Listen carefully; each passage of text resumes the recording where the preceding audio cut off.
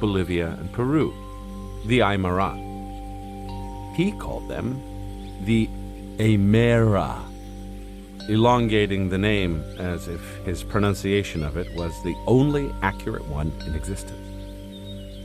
He said that the making of chicha, which is pronounced chicha, but which he pronounced chahicha, an alcoholic beverage made from fermented corn, was in the realm of a sect of priestesses who were considered semi-divine by the Aymara. He said, in a tone of revelation, that those women were in charge of making the cooked corn into a mush ready for fermentation by chewing and spitting it, adding in this manner an enzyme found in human saliva. The whole class shrieked with contained horror at the mention of human saliva. The professor seemed to be tickled pink. He laughed in little spurts. It was the chuckle of a nasty child. He went on to say that the women were expert chewers, and he called them the chahicha chewers. He looked at the front row of the classroom where most of the young women were sitting, and he delivered his punchline. I was privileged, he said with a strange quasi-foreign intonation, to be asked to sleep with one of the chahicha chewers. The art of chewing the chahicha mush makes them develop the muscles around their throat and cheeks to the point that they can do wonders with them. He looked at his bewildered audience and paused for a long time, punctuating the pause with his giggles. I'm sure you get my drift, he said, and went into fits of hysterical laughter. The class went wild with the professor's innuendo. The lecture was interrupted by at least 5 minutes of laughter and a barrage of questions that the professor declined to answer, emitting more silly giggles. I felt so compressed by the pressure of the tapes, the psychiatrist's story, and the professor's chahicha chewers that in one instantaneous sweep, I quit the job, quit school, and drove back to LA. Whatever happened to me with the psychiatrist and the professor of anthropology, I said to Don Juan, has plunged me into an unknown emotional state. I can only call it introspection. I've been talking to myself without stop. Your malady is a very simple one, Don Juan said, shaking with laughter. Apparently, my situation delighted him. It was a delight I could not share because I failed to see the humor in it. Your world is coming to an end, he said. It is the end of an era for you. Do you think that the world you've known all your life is going to leave you peacefully without any fuss or muss? No! It will wriggle underneath you and hit you with its tail.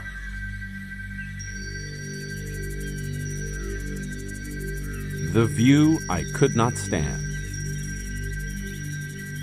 Los Angeles had always been home for me. My choice of Los Angeles had not been volitional. To me, staying in Los Angeles has always been the equivalent of having been born there, perhaps even more than that. My emotional attachment to it has always been total. My love for the city of Los Angeles has always been so intense, so much a part of me, that I have never had to voice it. I've never had to review it or renew it, ever. I had, in Los Angeles, my family of friends. They were, to me, part of my immediate milieu, meaning that I had accepted them totally, the way I had accepted the city. One of my friends made the statement once, half in fun, that all of us hated each other cordially. Doubtless, they could afford feelings like that themselves, for they had other emotional arrangements at their disposal, like parents and wives and husbands. I had only my friends in Los Angeles. For whatever reason, I was each one's confidant. Every one of them poured out to me their problems and vicissitudes. My friends were so close to me that I had never acknowledged their problems or tribulations as anything but normal. I could talk for hours to them about the very same things that had horrified me and the psychiatrist and his tapes. Furthermore, I'd never realized that every one of my friends was astoundingly similar to the psychiatrist and the professor of anthropology. I had never noticed how tense my friends were. All of them smoked compulsively, like the psychiatrist, but it had never been obvious to me because I smoked just as much myself and was just as tense. Their affectation in speech was another thing that had never been apparent to me, although it was there. They always affected a twang of the western United States, but they were very aware of what they were doing. Nor had I ever noticed their blatant innuendos about a sensuality that they were incapable of feeling, except intellectually. The real confrontation with myself began when I was faced with the dilemma of my friend Pete. He came to see me all battered. He had a swollen mouth and a red and swollen left eye that had obviously been hit and was turning blue already. Before I had time to ask him what had happened to him, he blurted out that his wife, Patricia, had gone to a real estate brokers convention over the weekend in relation to her job, and that something terrible had happened to her. The way Pete looked, I thought that perhaps Patricia had been injured or even killed in an accident. "Is she all right?" I asked, genuinely concerned. "Of course she's all right," he barked. "She's a bitch and a whore, and nothing happens to bitch whores except that they get fucked and they like it." Pete was rabid. He was shaking, nearly convulsing. His bushy, curly hair was sticking out every which way. Usually he combed it carefully and slicked his natural curls into place. Now he looked as wild as a Tasmanian devil. "Everything was normal until today," my friend continued. "Then, this morning, after I came out of the shower, she snapped a towel at my naked butt, and that's what made me aware of her shit. I knew instantly that she'd been fucking someone else." I was puzzled by his line of reasoning. I questioned him further. I asked him how snapping a towel could reveal anything of this sort to anybody. "It wouldn't reveal anything to assholes," he said, with pure venom in his voice. "But I know Patricia, and on Thursday, before she went to the brokers' convention, she could not snap a towel. In fact, she's never been able to snap a towel in all the time we've been married. Someone must have taught her to do it while they were naked. So I grabbed her by the throat and choked the truth out of her. Yes, she's fucking her boss." Pete said that he went to Patricia's office to have it out with her boss, but the man was heavily protected by bodyguards. They threw him out into the parking lot. He wanted to smash the windows of the office, throw rocks at them, but the bodyguard said that if he did that, he'd land in jail, or even worse, he'd get a bullet in his head. "Are they the ones who beat you up, Pete?" I asked him. "No," he said, dejected. "I walked down the street and went into the sales office of a used car lot. I punched the first salesman who came to talk to me. The man was shocked, but he didn't get angry. He said, 'Calm down, sir, calm down. There's room for negotiation.' When I punched him again in the mouth, he got pissed off. He was a big guy, and he hit me in the mouth and the eye and knocked me out. When I came to my senses," Pete continued, "I was lying on the couch in their office. I heard an ambulance approaching. I knew they were coming for me, so I got up and ran out. Then I came to see you." He began to weep uncontrollably. He got sick to his stomach. He was a mess. I called his wife, and in less than 10 minutes, she was in the apartment. She kneeled in front of Pete and swore that she loved only him, that everything else she did was pure imbecility, and that theirs was a love that was a matter of life or death. The others were nothing. She didn't even remember them. Both of them wept to their heart's content, and, of course, they forgave each other. Patricia was wearing sunglasses to hide the hematoma by her right eye where Pete had hit her. Pete was left-handed. Both of them were oblivious to my presence, and when they left, they didn't even know I was there. They just walked out, leaving the door open, hugging each other. Life seemed to continue for me as it always had. My friends acted with me as they always did. We were, as usual, involved in going to parties or the movies or just simply chewing the fat or looking for restaurants where they offered all you can eat for the price of one meal. However, despite this pseudo-normality, a strange new factor seemed to have entered my life. As the subject who was experiencing it, it appeared to me that all of a sudden, I had become extremely narrow-minded. I'd begun to judge my friends in the same way I had judged the psychiatrist and the professor of anthropology. Who was I, anyway, to set myself up in judgment of anyone else? I felt an immense sense of guilt. To judge my friends created a mood previously unknown to me. But what I considered to be even worse was that not only was I judging them, I was finding their problems and tribulations astoundingly banal. I was the same man. They were my same friends. I'd heard their complaints and renditions of their situations hundreds of times, and I hadn't ever felt anything except a deep identification with whatever I was listening to. My horror at discovering this new mood in myself was staggering. The aphorism that when it rains, it pours couldn't have been more true for me at that moment in my life. The total disintegration of my way of life came when my friend Rodrigo Cummings asked me to take him to the Burbank airport. From there, he was going to fly to New York. It was a very dramatic and desperate maneuver on his part. He considered it his damnation to be caught in Los Angeles. For the rest of his friends, it was a big joke. The fact that he'd tried to drive across country to New York various times, and every time he'd tried to do it, his car had broken down. Once, he had gone as far as Salt Lake City before his car collapsed. It needed a new motor. He had to junk it there. Most of the time, his cars petered out in the suburbs of Los Angeles. "What happens to your cars, Rodrigo?" I asked him once, driven by truthful curiosity.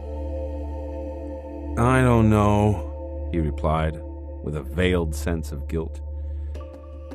And then, in a voice worthy of the professor of anthropology in his role of revivalist preacher, he said, "Perhaps it's because when I hit the road, I accelerate because I feel free. I usually open all my windows. I want the wind to blow on my face. I feel that I'm a kid in search of something new." It was obvious to me that his cars, which were always jalopies, were no longer capable of speeding, and he just simply burned their motors out.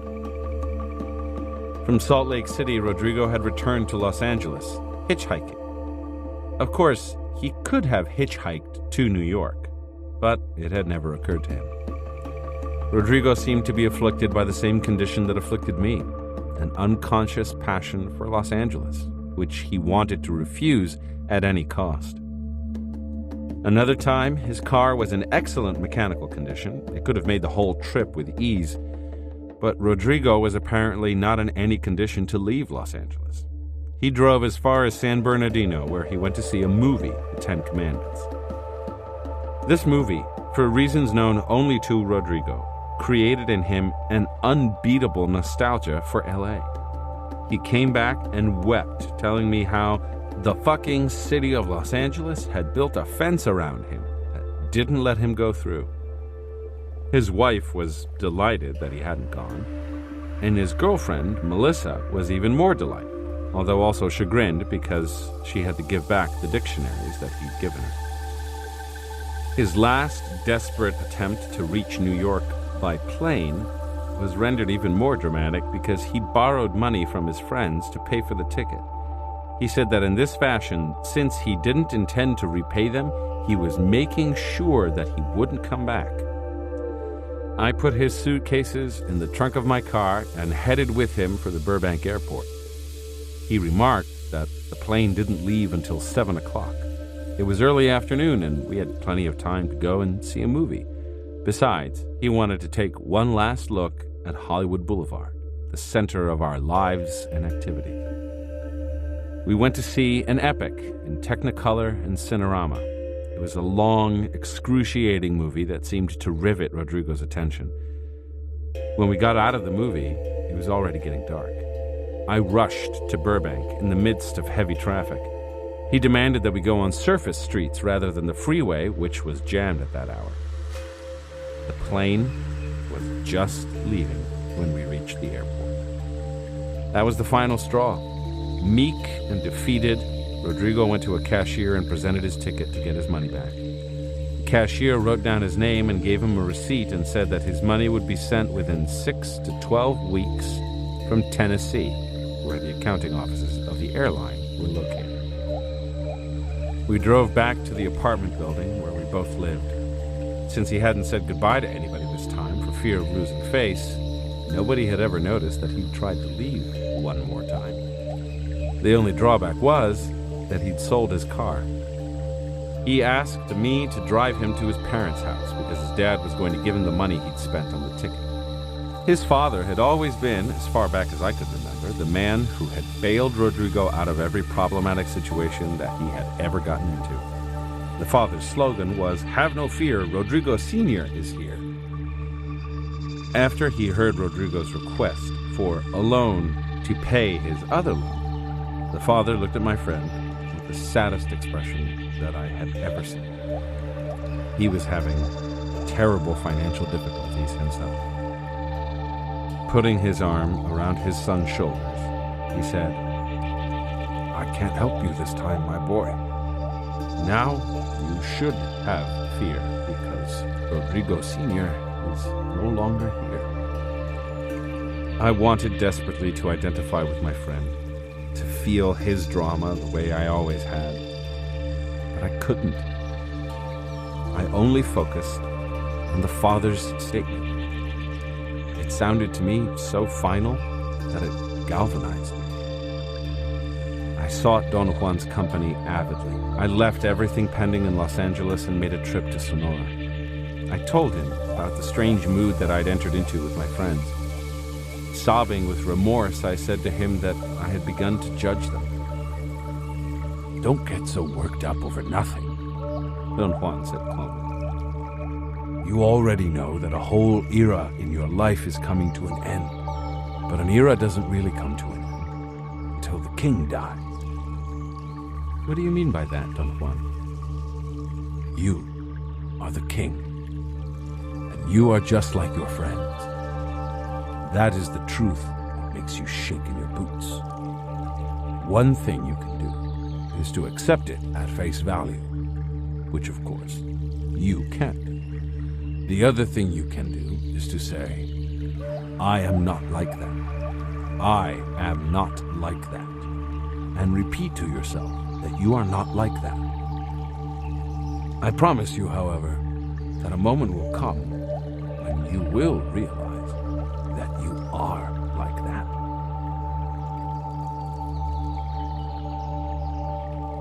The unavoidable appointment.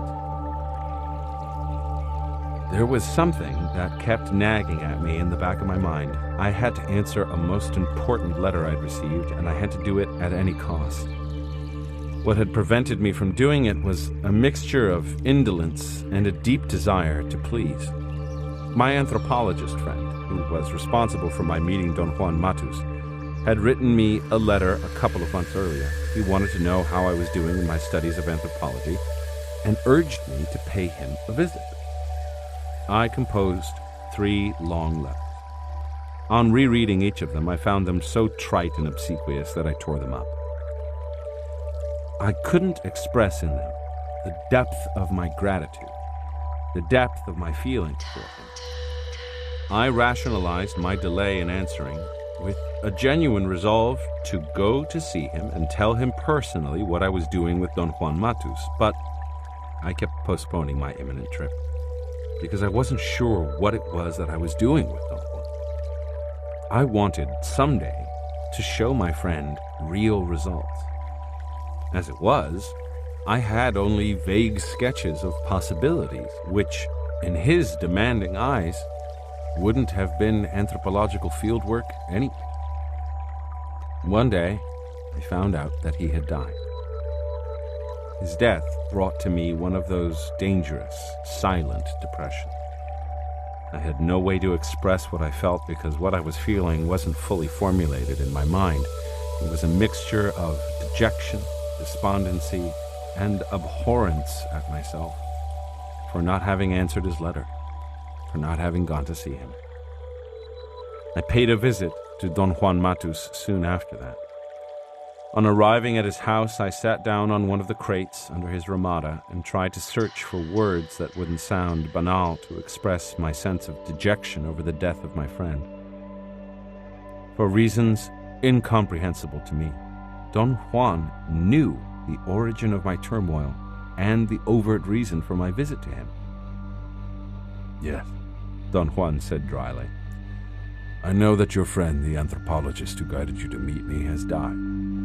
For whatever reasons, I knew exactly the moment he died. I saw it. His statements jolted me to my foundations. I saw it coming a long time ago. I even told you about it, but you disregarded what I said. I'm sure that you don't even remember it. I remembered every word he had said, but it had no meaning for me at the time he'd said it. Don Juan had stated that an event deeply related to our meeting, but not part of it, was the fact that he had seen my anthropologist friend as a dying man. I saw death as an outside force already opening your friend, he had said to me. Every one of us has an energetic fissure, an energetic crack below the navel. That crack, which sorcerers call the gap, is closed when a man is in his prime. He had said that normally, all that is discernible to the sorcerer's eye is a tenuous discoloration in the otherwise whitish glow of the luminous sphere. But when a man is close to dying, that gap becomes quite apparent. He had assured me that my friend's gap was wide open. What's the significance of all this, Don Juan? I had asked perfunctorily.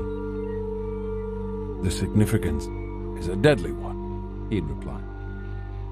The spirit was signaling to me that something was coming to an end. I thought it was my life that was coming to an end, and I accepted it as gracefully as I could. It dawned on me much, much later that it wasn't my life that was coming to an end, but my entire lineage. I didn't know what he was talking about, but how could I have taken all that seriously? As far as I was concerned, it was, at the time he said it, like everything else in my life, just talk. Your friend himself told you, though not in so many words, that he was dying, Don Juan said. You acknowledged what he was saying the way you acknowledged what I said, but in both cases, you chose to bypass it. I had no comments to make. I was overwhelmed by what he was saying. I wanted to sink into the crate I was sitting on, to disappear, swallowed up by the earth. It's not your fault that you bypass things like this, he went on. It's youth. You have so many things to do, so many people around. You're not alert. You never learned to be alert, anyway. In the vein of defending the last bastion of myself, my idea that I was watchful, I pointed out to Don Juan that I had been in life and death situations that required my quick wit and vigilance. It wasn't that I lacked the capacity to be alert, that I lacked the orientation for setting an appropriate list of priorities. Therefore, everything was either important or unimportant to me. To be alert doesn't mean to be watchful, Don Juan said. For sorcerers, To be alert means to be aware of the fabric of the everyday world that seems extraneous to the interaction of the moment. On the trip that you took with your friend before you met me, you noticed only the details that were obvious. You didn't notice how his death was absorbing him, and yet something in you knew it. I began to protest, to tell him that what he was saying wasn't true. Don't hide yourself behind banalities, he said, in an accusing tone. Stand up. If only for the moment you're with me, assume responsibility for what you know. Don't get lost in the extraneous fabric of the world around you, extraneous to what's going on. If you hadn't been so concerned with yourself and your problems, you would have known that was his last trip. You would have noticed that he was closing his accounts, seeing the people who helped him, saying goodbye to them. Your anthropologist friend talked to me once, Don Juan went on. I remembered him so clearly that I wasn't surprised at all when he brought you to me at that bus depot. I couldn't help him when he talked to me. He wasn't the man I was looking for, but I wished him well from my sorcerer's emptiness, from my sorcerer's silence. For this reason, I know that on his last trip, he was saying thank you to the people who counted in his life. I admitted to Don Juan that he was so very right, that there had been so many details that I'd been unaware of, but that they hadn't meant a thing to me at the time, such as, for instance, my friend's ecstasy in watching the scenery around us. He would stop the car just to watch for hours on end the mountains in the distance, or the riverbed, or the desert.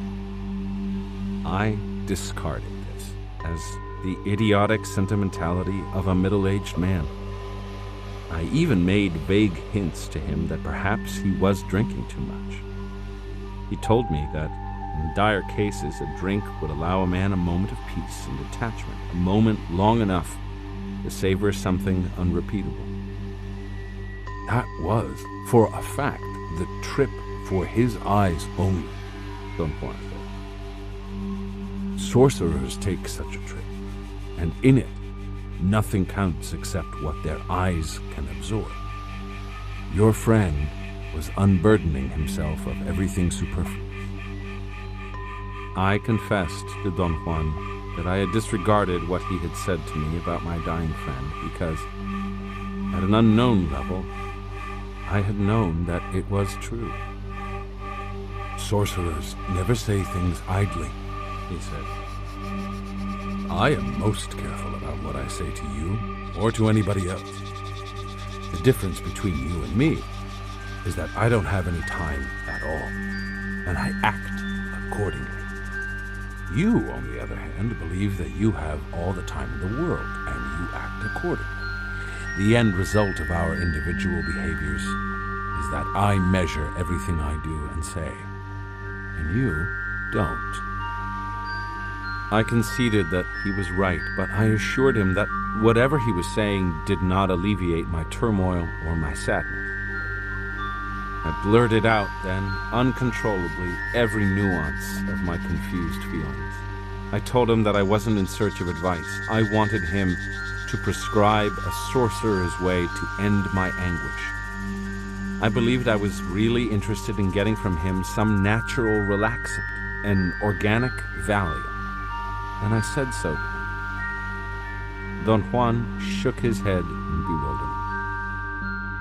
You are too much, he said. Next, you're going to ask for a sorcerer's medication to remove everything annoying from you, with no effort at all on your part, just the effort of swallowing whatever is given. The more awful the taste, the better the results. That's your Western man's motto. You want results. One potion, and you're cured. Sorcerers face things in a different way, Don Juan continued. Since they don't have any time to spare, they give themselves fully to what's in front of them. Your turmoil is the result of your lack of sobriety. You didn't have the sobriety to thank your friend, Papa. That happens to everyone. We never express what we feel. And when we want to, it's too late because we've run out of time. It's not only your friend who ran out of time. You too ran out of it. You should have thanked him profusely in Arizona. He took the trouble to take you around, and whether you understand it or not, in the bus depot, he gave you his best shot. But the moment when you should have thanked him, you were angry with him. You were judging him. He was nasty to you, whatever. And then you postponed seeing him. In reality, what you did was to postpone thanking him. Now you're stuck with a ghost on your tail. You'll never be able to pay what you owe him. I understood the immensity of what he was saying.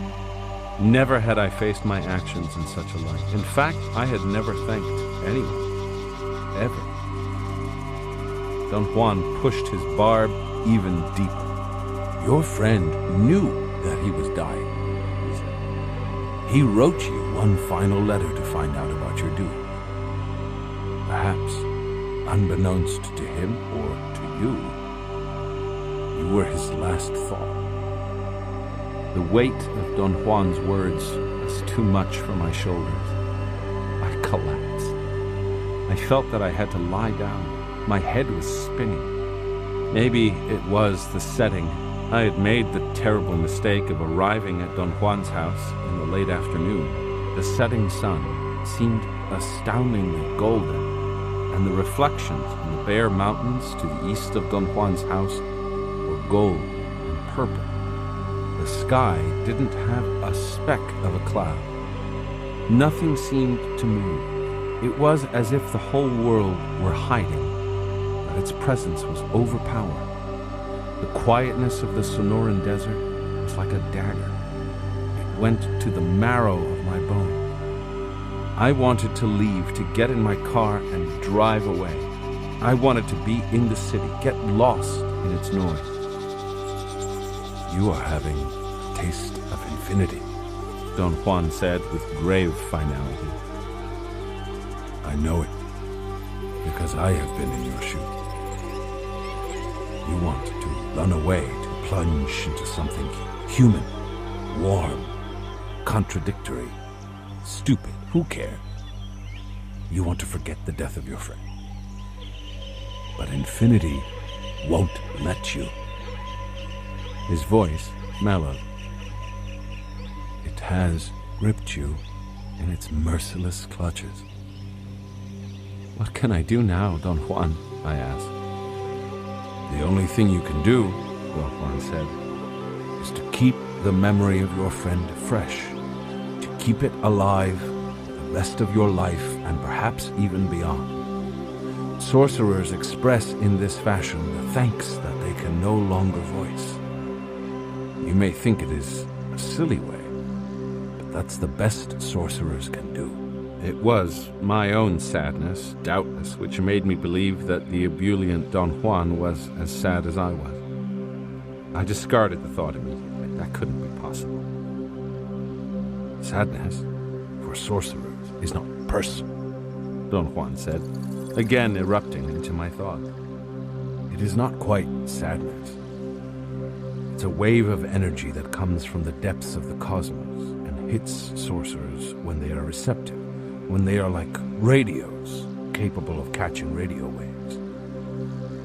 The sorcerers of olden times, who gave us the entire format of sorcery, believed that there is sadness in the universe as a force, a condition, like light, like intent, and that this perennial force acts especially on sorcerers because they no longer have any defensive shields. They cannot hide behind their friends or their studies. They cannot hide behind love or hatred or happiness or misery. They can't hide behind anything. The condition of sorcerers, Don Juan went on, is that sadness for them is abstract. It doesn't come from coveting or lacking something or from self-importance. It doesn't come from me. comes from infinity. The sadness you feel for not thanking your friend is already leaning in that direction. My teacher, the Nagual Julian, he went on, was a fabulous actor. He actually worked professionally in the theater. He had a favorite story that he used to tell in his theater sessions. He used to push me into terrible outbursts of anguish. He said that it was a story for warriors who had everything and yet felt the sting of the universal sadness. I always thought he was telling it for me, personally. Don Juan then paraphrased his teacher, telling me that the story referred to a man suffering from profound melancholy. He went to see the best doctors of his day, and every one of those doctors failed to help him. He finally came to the office of a leading doctor, a healer of the soul. The doctor suggested to his patient that perhaps he could find solace and the end of his melancholy in love. The man responded that love was no problem for him, that he was loved perhaps like no one else in the world. The doctor's next suggestion was that maybe the patient should undertake a voyage and see other parts of the world. The man responded that, without exaggeration, he had been in every corner of the world. The doctor recommended hobbies like the arts, sports, etc. The man responded to every one of his recommendations in the same terms. He had done them and had had no relief. The doctor suspected that the man was possibly an incurable liar. He couldn't have done all those things as he claimed. But, being a good healer, the doctor had a final insight. "Ah," he exclaimed, "I have the perfect solution for you, sir. You must attend a performance of the greatest comedian of our day. He will delight you to the point where you will forget every twist of your melancholy. You must attend a performance of the great Garrick." Don Juan said that the man looked at the doctor with the saddest look you can imagine and said, "Doctor, if that's your recommendation, I am a lost man. I have no cure. I am the great Garrick."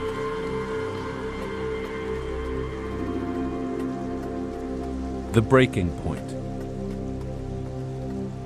Don Juan defined inner silence as a peculiar state of being in which thoughts were canceled out and one could function from a level other than that of daily awareness. He stressed that inner silence meant the suspension of the internal dialogue, the perennial companion of thoughts, and was therefore a state of profound quietude. The old sorcerers, Don Juan said, called it inner silence because it is a state in which perception doesn't depend on the senses.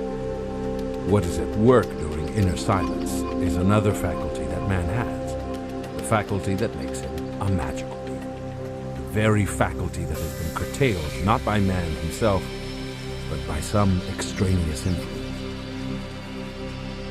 What is this extraneous influence that curtails the magical faculty of man, I asked. That is the topic for a future explanation, Don Juan replied. Not the subject of our present discussion, even though it is indeed the most serious aspect of the sorcery of the shamans of ancient Mexico.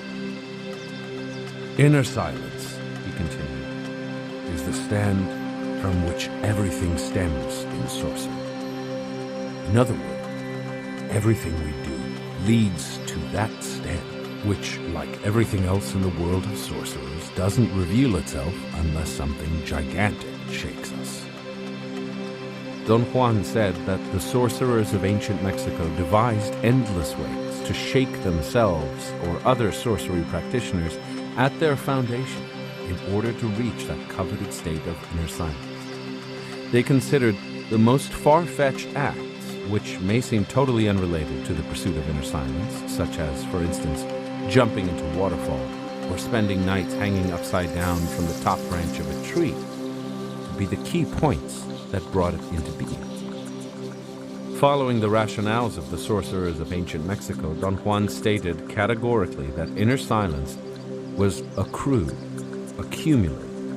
In my case, he struggled to guide me to construct a core of inner silence in myself and then add to it, second by second, on every occasion I practiced it. He explained that the sorcerers of ancient Mexico discovered that each individual had a different threshold of inner silence in terms of time, meaning that inner silence must be kept by each one of us for the length of time of our specific threshold before it can work. What did those sorcerers consider the sign that inner silence is working, Don Juan? I asked. Inner silence works from the moment you begin to accrue it, he replied. What the old sorcerers were after was a final, dramatic end result of reaching that individual threshold of silence. Some very talented practitioners need only a few minutes of silence to reach that coveted goal. Others, less talented, need long periods of silence, perhaps more than 1 hour of complete quietude before they reach the desired result. The desired result is what the old sorcerers called stopping the world, the moment when everything around us ceases to be what it's always been. This is the moment when sorcerers return to the true nature of man, Don Juan went on. The old sorcerers also called it total freedom. It is the moment when man, the slave, becomes man, the free being, capable of feats of perception that defy our linear imagination. Don Juan assured me that inner silence is the avenue that leads to a true suspension of judgment, to a moment when sensory data emanating from the universe at large ceases to be interpreted by the senses, a moment when cognition ceases to be the force which, through usage and repetition, decides the nature of the world. Sorcerers need a breaking point for the workings of inner silence to set in, Don Juan said. The breaking point is like the mortar that a mason puts between bricks. It's only when the mortar hardens that the loose bricks become a structure. From the beginning of our association, Don Juan had drilled into me the value, the necessity of inner silence. I did my best to follow his suggestions by accumulating inner silence second by second. I had no means to measure the effect of this accumulation, nor did I have any means to judge whether or not I had reached any threshold. I simply aimed doggedly at accruing it, not just to please Don Juan, but because the act of accumulating it had become a challenge in itself. One day, Don Juan and I were taking a leisurely stroll in the main plaza of Hermosillo. It was the early afternoon of a cloudy day. The heat was dry and actually very pleasant. There were lots of people walking around. There were stores around the plaza. I had been to Hermosillo many times, and yet I had never noticed the stores. I knew that they were there, but their presence was not something I had been consciously aware of. I couldn't have made a map of that plaza if my life depended on it. That day, as I walked with Don Juan, I was trying to locate and identify the store. I searched for something to use as a mnemonic device that would stir my recollection for later use. As I have told you before, many times, Don Juan said, jolting me out of my concentration, every sorcerer I know, male or female, sooner or later arrives at a breaking point in their lives. Do you mean that they have a mental breakdown or something like that? I asked. No, he said, laughing. Mental breakdowns are for persons who indulge in themselves. Sorcerers are not persons. What I mean is that at a given moment, the continuity of their lives has to break in order for inner silence to set in and become an active part of their structure. It's very, very important, Don Juan went on, that you yourself deliberately arrive at that breaking point, or that you create it artificially and intelligently. What do you mean by that, Don Juan? I asked, caught in his intriguing reasoning. Your breaking point, he said, is to discontinue your life as you know it. You have done everything I told you, dutifully and accurately. If you're talented, you never show it. That seems to be your style. You're not slow, but you act as if you were. You're very sure of yourself, but you act as if you were insecure. You're not timid, and yet you act as if you were afraid of people. Everything you do points at one single spot. Your need to break all that, ruthlessly. But in what way, Don Juan? What do you have in mind? I asked, genuinely frantic. I think everything boils down to one act, he said. You must leave your friends. You must say goodbye to them, for good. It's not possible for you to continue on the warrior's path, carrying your personal history with you. And unless you discontinue your way of life, I won't be able to go ahead with my instruction.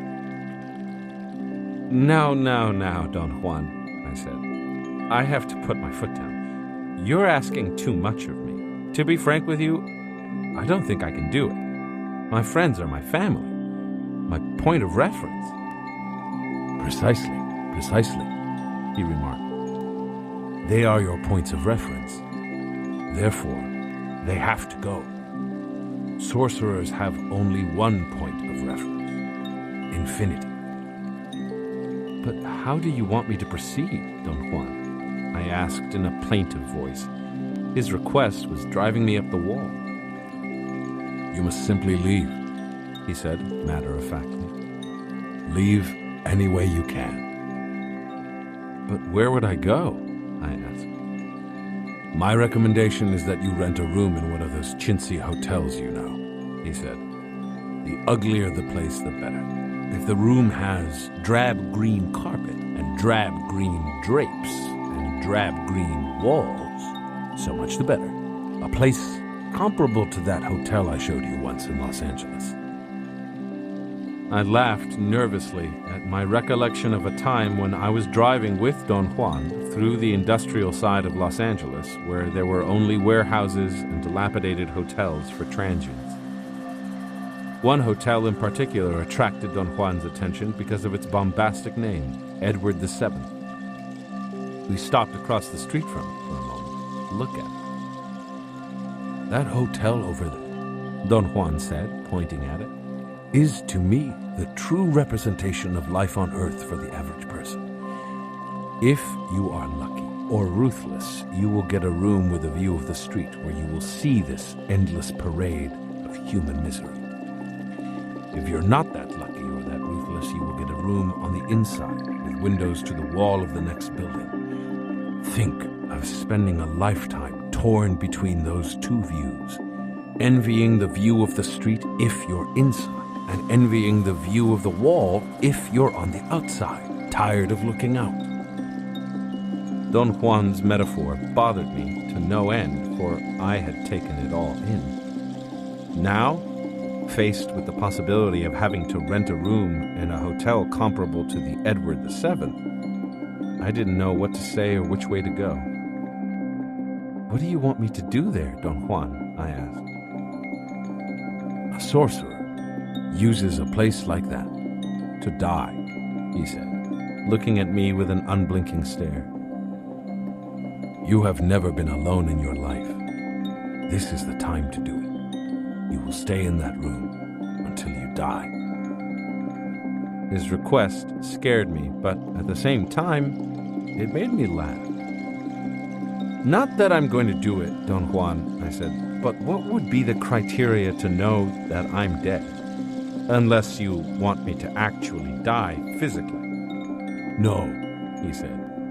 I don't want your body to die physically. I want your person to die. The two are very different affairs. In essence, your person has very little to do with your body. Your person is your mind. And believe you me, your mind is not yours. What is this nonsense, Don Juan, that my mind is not mine? I heard myself asking, with a nervous twang in my voice. I'll tell you about that subject someday, he said, but not while you're cushioned by your friend. The criteria that indicates that a sorcerer is dead, he went on, is when it makes no difference to him whether he has company or whether he is alone. The day you don't covet the company of your friends, whom you use as shields, that's the day that your person has died. What do you say? Are you game? I can't do it, Don Juan, I said. It's useless that I try to lie to you. I can't leave my friends. It's perfectly all right, he said, unperturbed. My statement didn't seem to affect him in the least.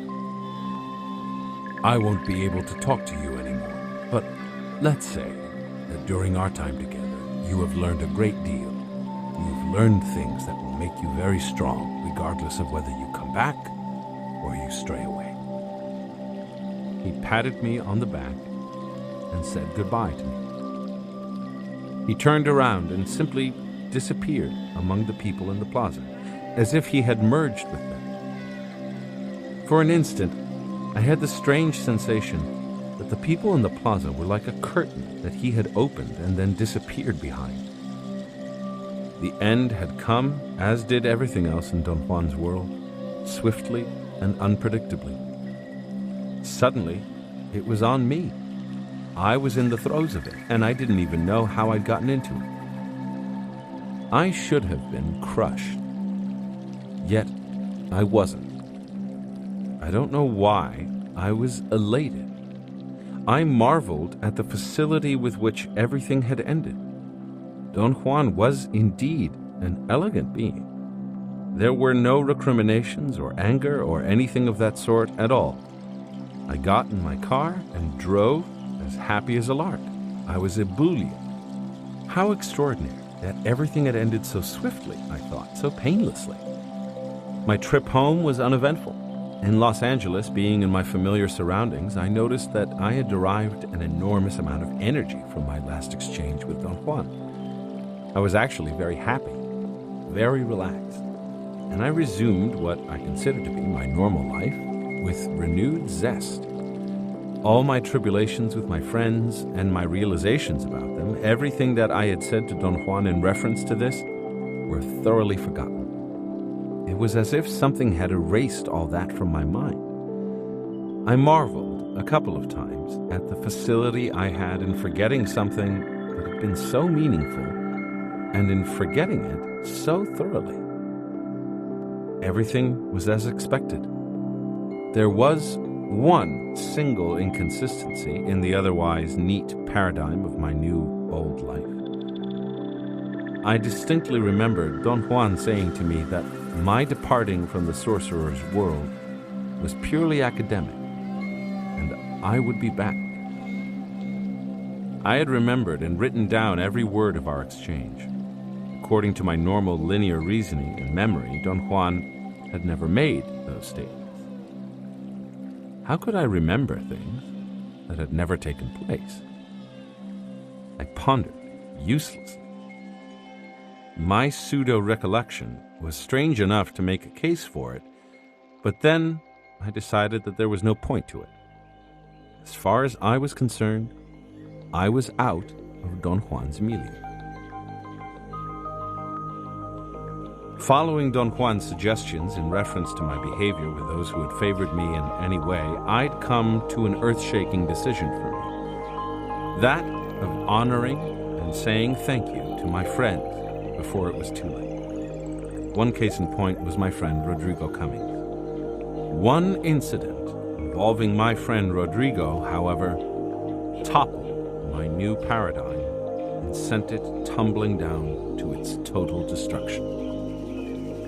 My attitude toward him changed radically when I vanquished my competitiveness with him. I found out that it was the easiest thing in the world for me to project 100% into whatever Rodrigo did. In fact, I was exactly like him, but I didn't know it until I stopped competing with him. Then, the truth emerged for me with maddening vividness. One of Rodrigo's foremost wishes was to finish college. Every semester he registered for school and took as many courses as was permitted. Then, as the semester progressed, he dropped them, one by one. Sometimes he would withdraw from school altogether, and other times he would keep one 3-unit course all the way through to the bitter end. During his last semester, he kept a course in sociology because he liked it. The final exam was approaching. He told me that he had 3 weeks to study to read the textbook for the course. He thought that it was an exorbitant amount of time to read merely 600 pages. He considered himself something of a speed reader with a high level of retention. In his opinion, he had a nearly 100% photographic memory. He thought he had a great deal of time before the exam, so he asked me if I would help him recondition his car for his paper route. He wanted to take the right door off in order to throw the paper through that opening with his right hand instead of over the roof with his left. I pointed out to him that he was left-handed, to which he retorted that among his many abilities, which none of his friends noticed, was that of being ambidextrous. He was right about that. I had never noticed it myself. After I helped him to take the door off, he decided to rip out the roof lining, which was badly torn. He said that his car was in optimum mechanical condition and he would take it to Tijuana, Mexico, which, as a good Angelino of the day, he called TJ, to have it relined for a few bucks. We could use a trip, he said with glee. He even selected the friends he would like to take. In TJ, I'm sure that you'll go to look for used books because you're an asshole. The rest of us will go to a bordello. I know quite a few. It took us a week to rip out all the lining and sand the metal surface to prepare it for its new lining. Rodrigo had 2 weeks left to study then, and he still considered that to be too much time. He engaged me then in helping him paint his apartment and redo the floors. It took us over a week to paint it and sand the hardwood floors. He didn't want to paint over the wallpaper in one room. We had to rent a machine that removed wallpaper by applying steam to it. Naturally, neither Rodrigo nor I knew how to use the machine properly, and we botched the job horrendously. We ended up having to use topping, a very fine mixture of plaster of Paris and other substances that gives a wall a smooth surface. After all these endeavors, Rodrigo ended up having only 2 days left to cram 600 pages into his head. He went frantically into an all-day and all-night reading marathon with the help of amphetamine. Rodrigo did go to school the day of the exam and did sit down at his desk and did get the multiple-choice exam sheet. What he didn't do was stay awake to take the exam. His body slumped forward, and his head hit the desk with a terrifying thud. The exam had to be suspended for a while. The sociology teacher became hysterical, and so did the students sitting around Rodrigo. His body was stiff and icy cold. The whole class suspected the worst. They thought he died of a heart attack. Paramedics were summoned to remove him. After a cursory examination, they pronounced Rodrigo profoundly asleep and took him to a hospital to sleep the effect of the amphetamines off. My projection into Rodrigo Cummings was so total that it frightened me. I was exactly like him. The similarity became untenable to me. In an act of what I considered to be total suicidal nihilism, I rented a room in a dilapidated hotel in Holland. The carpets were green and had terrible cigarette burns that had obviously been snuffed out before they turned into full-fledged fires. It had green drapes and drab green walls. The blinking sign of the hotel shone all night through the window. I ended up doing exactly what Don Juan had requested, but in a roundabout way. I didn't do it to fulfill any of Don Juan's requirements or with the intention of patching up our differences. I did stay in that hotel room for months on end, until my person, like Don Juan had proposed, died, until it truthfully made no difference to me whether I had company or I was alone.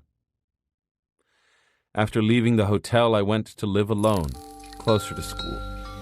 I continued my studies of anthropology, which had never been interrupted, and I started a very profitable business with a lady partner. Everything seemed perfectly in order, until one day when the realization hit me like a kick in the head that I was going to spend the rest of my life worrying about my business, or worrying about the phantom choice between being an academic or a businessman, or worrying about my partner's foibles and shenanigans. True desperation pierced the depths of my being. For the first time in my life, despite all the things that I had done and seen, I had no way out. I was completely lost. I seriously began to toy with the idea of the most pragmatic and painless way to end my days. One morning, a loud and insistent knocking woke me up. I thought it was the landlady, and I was sure that if I didn't answer, she would enter with her passkey. I opened the door, and there was Don Juan.